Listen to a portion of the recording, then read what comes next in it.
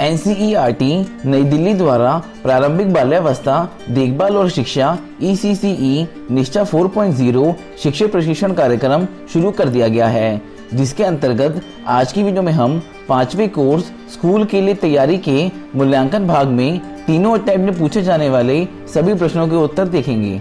साथियों, इस कोर्स के मूल्यांकन भाग में आपको 3 प्रयास मिलेंगे, जिसमें से आपको किसी भी एक प्रयास में 70% अंक लाने अनिवार्य है, तभी आपको उस कोर्स का सर्टिफिकेट मिल पाएगा। और इससे पहले के सभी कोर्स की मूल्यांकन प्रश्नोत्तरी भी आपको इसी वीडियो के डिस्क्रिप्शन बॉक्स में मिल जाएगी। चलिए अब आकलन भाग में पूछे जाने वाले सभी प्रश्नों के उत्तर देखते हैं। पहला प्रश्न है, डैश एक संख्यात्मक कौशल नहीं है। इसका सही जवाब है ध्वनिग्रामिक जागरूकता।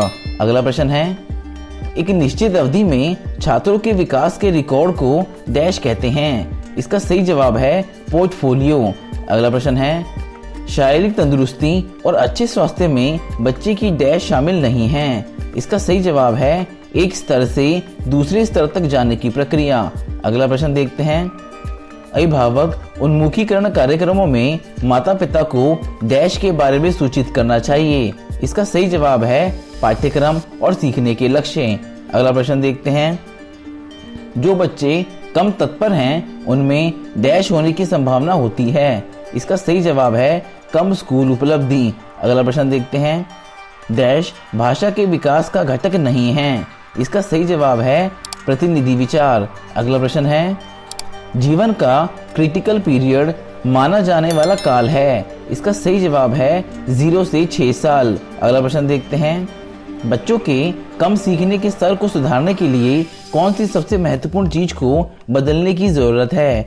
इसका सही जवाब है पाठ्यचर्या, दृष्टिकोण और कक्षा की गतिविधियां। अगला प्रश्न है, बच्चे का 90% से अधिक संचयी मस्तिष्क विकास डैश वर्ष की आयु से पहले होता है। इसका सही जवाब है 6।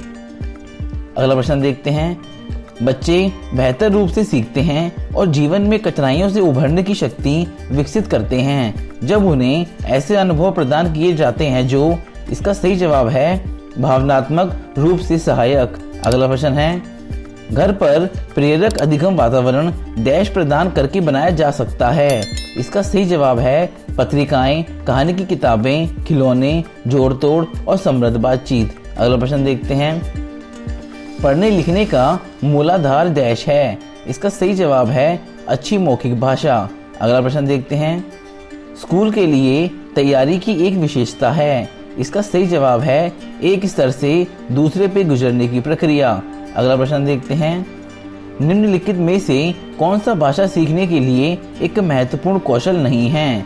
इसका सही जवाब है डेटा संधारण। अगला प्रश्न देखते हैं, बच्चे किस उम्र में सीखने के लिए तैयार हो जाते हैं। इसका सही जवाब है 3 साल में। अगला प्रश्न देखते हैं, वह कारक है जो बच्चों की स्कूल के लिए तैयारी से संबंधित नहीं है। इसका सही जवाब है घरेलू आय। अगला प्रश्न है, सामाजिक और भावनात्मक विकास बच्चों की डैश में मदद करता है। इसका सही जवाब है नई स्थितियों के अनुकूल होना।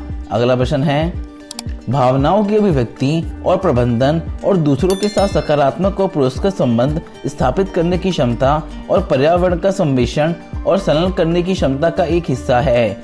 इसका सही जवाब है सामाजिक भावनात्मक विकास। अगला प्रश्न देखते हैं, संज्ञानात्मक स्व विनियमन कौशल को डैश के रूप में भी जाना जाता है।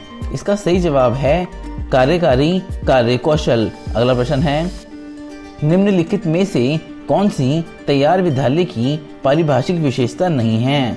इसका सही जवाब है सुंदर परिसर है। अगला प्रश्न है, जहाँ तक संभव हो आधारभूत अवस्था में निर्देशों का माध्यम डैश होना चाहिए। इसका सही जवाब है मातृभाषा। अगला प्रश्न देखते हैं, प्रारंभिक बाल्यावस्था सामाजिक और भावनात्मक कौशल सीखने के लिए विकास की एक महत्वपूर्ण अवधि है, जिसे डैश के रूप में भी जाना जाता है। इसका सही जवाब है मानसिक स्वास्थ्य। अगला प्रश्न देखते हैं, डैश बच्चों के स्वभाव, सीखने के दृष्टिकोण, उत्साह, झुकाव और शैलियों को संदर्भित करता है। इसका सही जवाब है सामाजिक भावनात्मक विकास। अगला प्रश्न है, ऐसा डोमेन जिसमें बच्चों की समस्या समाधान कौशल, सामाजिक पारंपरिक ज्ञान और तार्किक गणितीय क्षमता शामिल है को डैश कहते हैं। इसका सही जवाब है संज्ञानात्मक। अगला प्रश्न देखते हैं। डैश सामाजिक भावनात्मक विकास का घटक नहीं है। इसका सही जवाब है संतुलित आहार। अगला प्रश्न है, बच्चे की इंद्रियों का विकास जन्म के समय वजन, स्वास्थ्य और पोषण की स्थिति, ग्रास और फाइन मोटर कौशल और विकलांगता डैश के अंतर्गत आती हैं। इसका सही जवाब है शारीरिक विकास। अगला प्रश्न है, डैश स्कूल के लिए तैयारी का एक प्रमुख घटक नहीं है। इसका सही जवाब है समुदायों में तत्परता। अगला प्रश्न है, निम्नलिखित में से कौन सा प्री स्कूल कार्यक्रम माता पिता और समुदाय के सदस्यों को शामिल करने का एक अच्छा तरीका नहीं है। इसका सही जवाब है पत्र और मेल लिखना।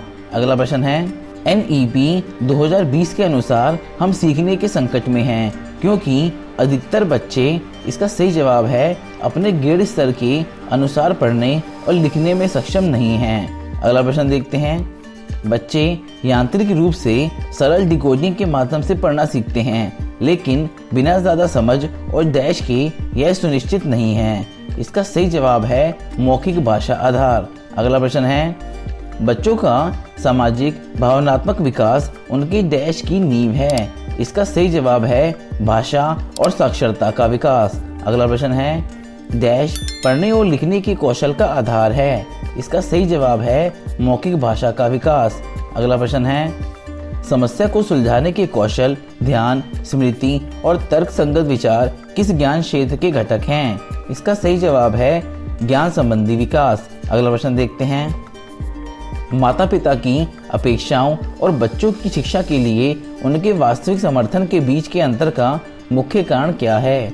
इसका सही जवाब है सार्थक साझेदारी के विकास पर माता पिता और शिक्षक ठीक से उन्मुख नहीं हैं। अगला प्रश्न देखते हैं, सीखने के दृष्टिकोण के प्रमुख घटक डैश हैं।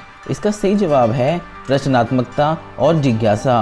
अगला प्रश्न है, स्कूल के लिए तैयारी की अवधारणा बच्चों से डैश होने की अपेक्षा करती है। इसका सही जवाब है सक्रिय, संचारी और रचनात्मक। अगला प्रश्न देखते हैं, ऐसी विशेष गतिविधियां जिनकी अनुपस्थिति भारतीय पूर्व विद्यालय पाठ्यक्रम में पाई जाती है वे डैश हैं। इसका सही जवाब है खेलना, कहानी सुनाना, मुक्त रूप से खेलना। अगला प्रश्न देखते हैं, ऐसा डोमेन जो उन कौशलों और व्यवहारों पर ध्यान केंद्रित करता है जो बच्चे सीखने के लिए प्रयोग करते हैं को डैश कहते हैं। इसका सही जवाब है सीखने की दृष्टिकोण। अगला प्रश्न देखते हैं, प्रारंभिक बाल्यावस्था की आयु के बीच की अवधि डैश है। इसका सही जवाब है 3 से 5 साल। अगला प्रश्न देखते हैं, स्कूल बच्चों के लिए कब तैयार होते हैं जब वे, इसका सही जवाब है विविध पृष्ठभूमि के बच्चों की सीखने की जरूरतों को संबोधित करना। साथियों, अब आप इन सभी प्रश्नों में से किन्हीं 20 प्रश्नों के उत्तर देकर